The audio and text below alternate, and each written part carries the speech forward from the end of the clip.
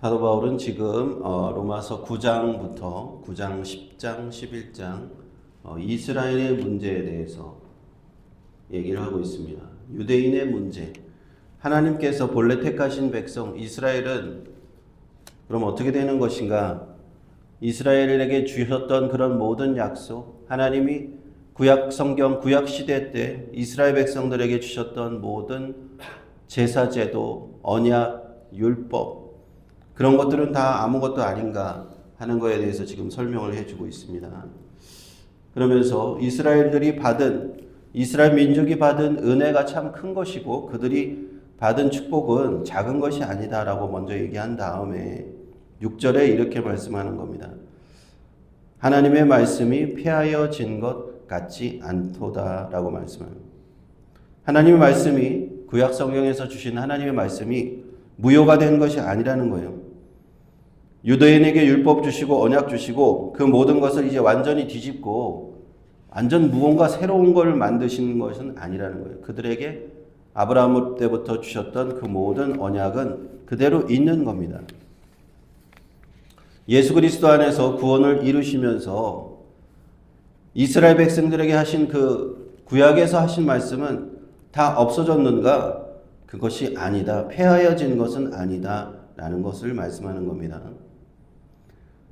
그러면서 하는 말씀이 이제 뒤에 이스라엘에게서 난 그들이 다 이스라엘이 아니요 라고 얘기하는 겁니다.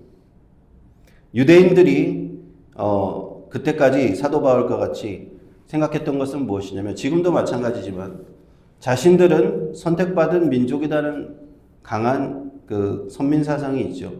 아브라함과 이삭과 야곱의 이름을 이스라엘로 바꿔주셨죠, 하나님이. 그래서 이스라엘 자신들은 이러한 조상들의 후손이라는 것에 자부심과 유대인들이 생각하는 것은 무엇이냐면 자신들은 이미 선택받았기 때문에 우리가 하나님 앞에 구원받는 것은 보장되어 있다라는 것을 생각하는 겁니다.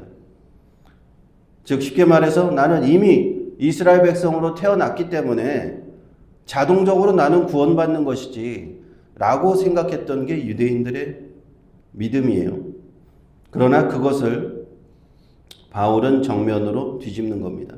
이스라엘에게서 난 그들이 다 이스라엘이 아니다 라고 얘기하는 겁니다. 유대인들이 생각하는 것처럼 그냥 태어나기만 해서 얻는 그런 자격은 없다는 거예요. 바울이 말하는 것은 육신적인 혈통이 아닌 영적인 이스라엘을 이제 얘기하고 싶은 겁니다. 우리가 구원의 통로로 하나님이 주신 것은 이스라엘은 이스라엘인데 단지 유대인으로 태어나기만 했다고 되는 것이 아니라 영적 이스라엘이 구원의 통로로 주셨다. 이방인들도 그래서 그 영적 이스라엘이라는 구원의 통로 안에 들어올 수가 있는 겁니다. 그러므로 하나님의 말씀은 전혀 바뀌지 않았습니다. 이스라엘에게 구원을 주시기다. 이스라엘 자손에게 구원을 주시리라. 그 말씀은 전혀 바뀌지 않았어요.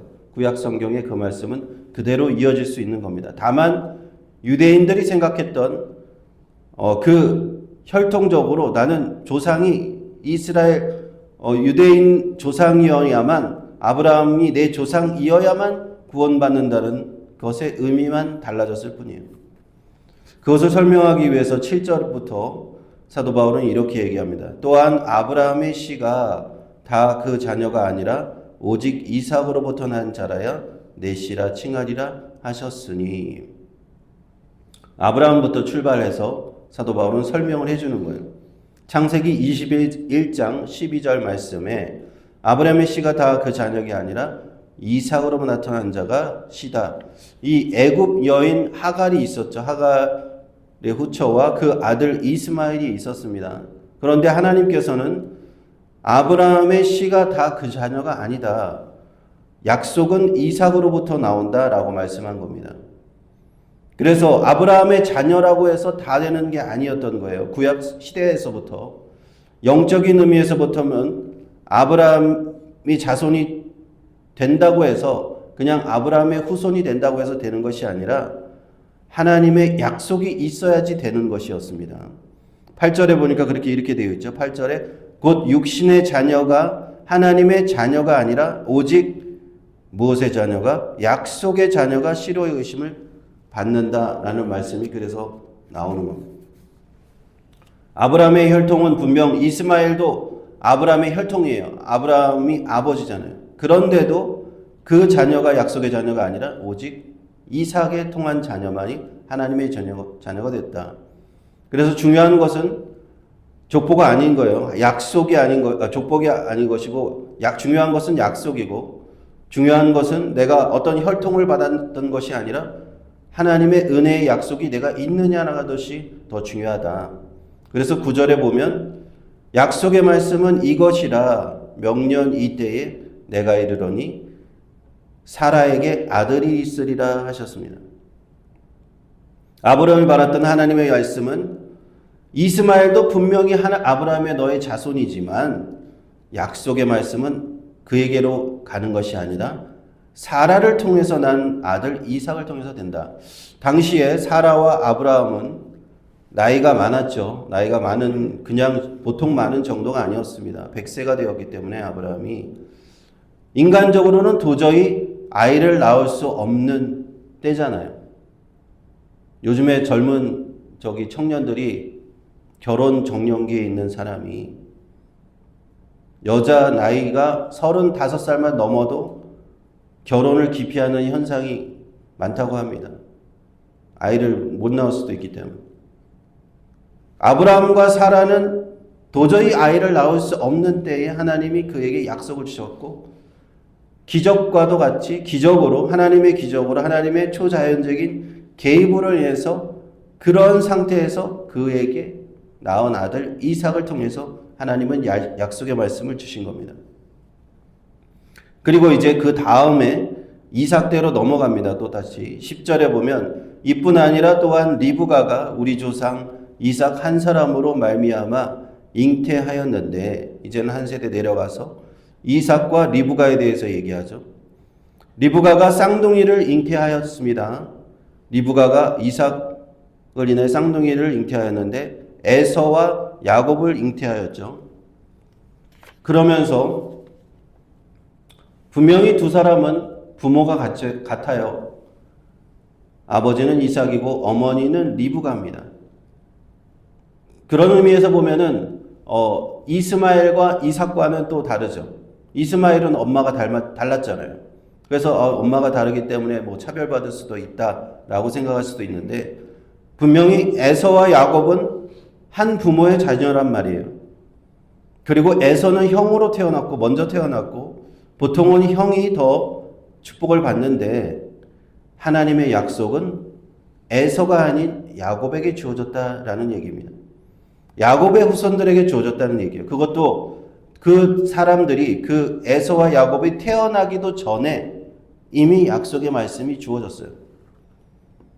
야곱은 내가 이삭의 자녀로 태어났기 때문에 그래서 약속받았다라고 주장할 수가 없는 겁니다. 무슨 말이냐? 자기 형도 똑같이 태어났기 때문에 그 혈통을 주장할 수 없다는 얘기를 하고 싶은 거예요. 바울이 주목하는 것은 이삭의 자녀였기 때문에 하나님이 약속을 준 것이 아니라 하나님이 태어나지도 않은 아이들을 중에서 선택을 하셨다는 얘기를 하는 겁니다. 11절에 보시면 그 자식들이 아직 나지도 아니하고 무슨 선이나 악을 행하지 아니한 때에 택하심을 따라 된 것이라는 것. 하나님의 뜻, 이 행위로 말미암지 않고 오직 부르시는 이에게로 말미암아 서게 하려 리브가에게 이르시되 큰 자가 어린 자를 섬기리라 하셨다. 아직도 에서와 야곱이 뱃속에 있을 때에 하나님의 말씀이 주어진 거예요. 약속의 말씀이 주어진 거예요. 큰 자가 어린 자를 섬기리라. 그 아이들이 태어나서 뭐 잘잘못을 하지도 않았고 무슨 착한 일을 하지도 않았고 악한 행동을 하지도 않은 그때에 이미 약속의 말씀이 주어진 것이다. 그러므로 하나님의 택하심을 따라 되는 하나님의 뜻이었다. 이 택하심이라는 단어가 굉장히 중요한 겁니다. 바울은 하나님의 택하신 백성, 바로 우리 예수 그리스도 안에서 택하신 백성, 나아가서 영적인 이스라엘을 설명하고 있는 겁니다. 하나님의 선택은 사람의 행위에 근거한 것이 아니라는 거예요. 바로 하나님의 부르심에 있고 전적인 하나님의 택하심에 이 하나님의 은혜가 있다라는 거예요. 하나님의 구원의 은혜가 있다는 거예요. 13절에 마지막 13절에 기록된 바 내가 야곱은 사랑하고 에서는 미워하였다 함과 같으니라. 나중에 야곱은 이스라엘의 조상이 되지만 에서는 에돔의 조상이 됩니다. 이방 족속의 조상이 돼요. 야곱은 택한 이스라엘이 되었지만 에서는 그렇게 되지 않았단 말이에요. 같은 부모에게서 태어났잖아요. 바울이 이렇게 구약 성경을 쭉 설명하면서 우리에게 말하고자 하는 바는 뭐냐? 하나님께서 자기의 백성을 삼으시는 원리를 한번 참 들여다보자라는 겁니다. 그것은 하나님께서 주권적으로 택하시는, 누구는 택하시고 누구는 택하지 않으신다는 거예요. 주권적으로 누구는 언약의 백성이 되게 하시고 이삭과 야곱은 언약의 백성이 되게 하시고 이스마엘과 에서는 언약 백성이 되지 않게 하셨더라 하는 겁니다. 그러므로 예수 그리스도의 복음이 우리에게 주어졌을 때 그냥 유대인이라고 해서 그 복음을 통해서 구원받는 것이 아니고 그 복음을 받아들이는 영적 이스라엘로 택함을 받는 안으로 들어가야 구원을 받는다는 겁니다. 유대인이라 할지라도 그 영적 이스라엘이 되지 못한다면 구원의 대열에 동참할 수 없는 겁니다. 그래서 이스라엘 민족들 자신들은 유대인이라는 것만으로 우리는 구원받을 수 있다. 하나님의 선택을 받았다라고 생각하는 그들에게 이 원리를 설명해 줍니다. 그렇게 너희들이 태어난 것만으로 충분한 것이 아니다.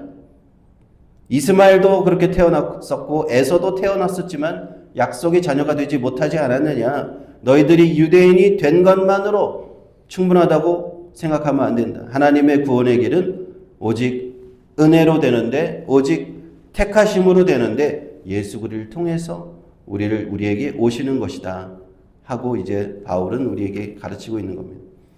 그래서 이 본문이 나중에 칼빈주의의 그 예정론과 연결이 되는데요. 하나님은 하나님의 뜻에 따라서 하나님이 구원받을 자를 선택하신다는 거예요. 칼빈주의의 예정론은 그렇습니다. 하나님께서 선택. 사람들이 어떤 내가 좋은 하나님 앞에 행위를 해서라든지 믿음이 좋아서라든지 어떤 하나님 앞에 내가 누구에게서 태어났다든지 조상이 누구라든지 그러한 근거가 아니라 오직 하나님의 뜻에 따라 구원받는 자를 택하신다. 이것이 나중에 칼빈주의 예정론으로 이제 정리가 됩니다. 우리는 말씀을 통해서 하나님의 은혜는 이처럼 값없이 나를 택하신 은혜다 라는 것을 우리는 꼭 기억할 필요가 있습니다. 내가 어떤 자격이 있어서 택하신 것도 아니고 나를 모태에서 하나님이 택하셨다. 하나님이 내가 아무것도 알지 못하는 그러한 상태에서 나를 구원하시기로 이미 작정하셨다 하는 이 은혜인 겁니다. 이 은혜를 생각할 때 우리는 하나님 앞에 나아가서 얼마나 감사하고 감격하지 않을 수가 없는 겁니다. 내가 무엇이 간데 아무런 구원받을 자격도 없는데 하나님께서 구원해 주셨다면 우리는 그 은혜가 오직 은혜로만 구원받을 수 있는 건 아니, 오직 하나님의 선택으로만 구원받을 수 있는 것 아닌가 하는 것입니다. 세상에 많은 사람이 있지만 왜 저 사람은 하나님이 택하지 않으시고 왜 이 사람은 나는 택하셨습니까? 하나님의 뜻에 달려 있는 겁니다. 그러므로 우리가 택함받고 구원받은 성도들은 이 은혜에 감사하는 마음을 늘 가져야 돼요. 이 감사하는 마음이 우리가 2026년도 살아갈 때 또 새해가 되어서 살아갈 때 하나님 이 감격 제가 잊지 말고 하나님이 택하여 주시고 은혜 주시고 구원해 주신 이 감격 누리면서 살겠습니다. 그리고 그것을 나누면서 전하면서 살겠습니다. 이렇게 우리가 나아갈 수 있기를 예수님의 이름으로 축원합니다.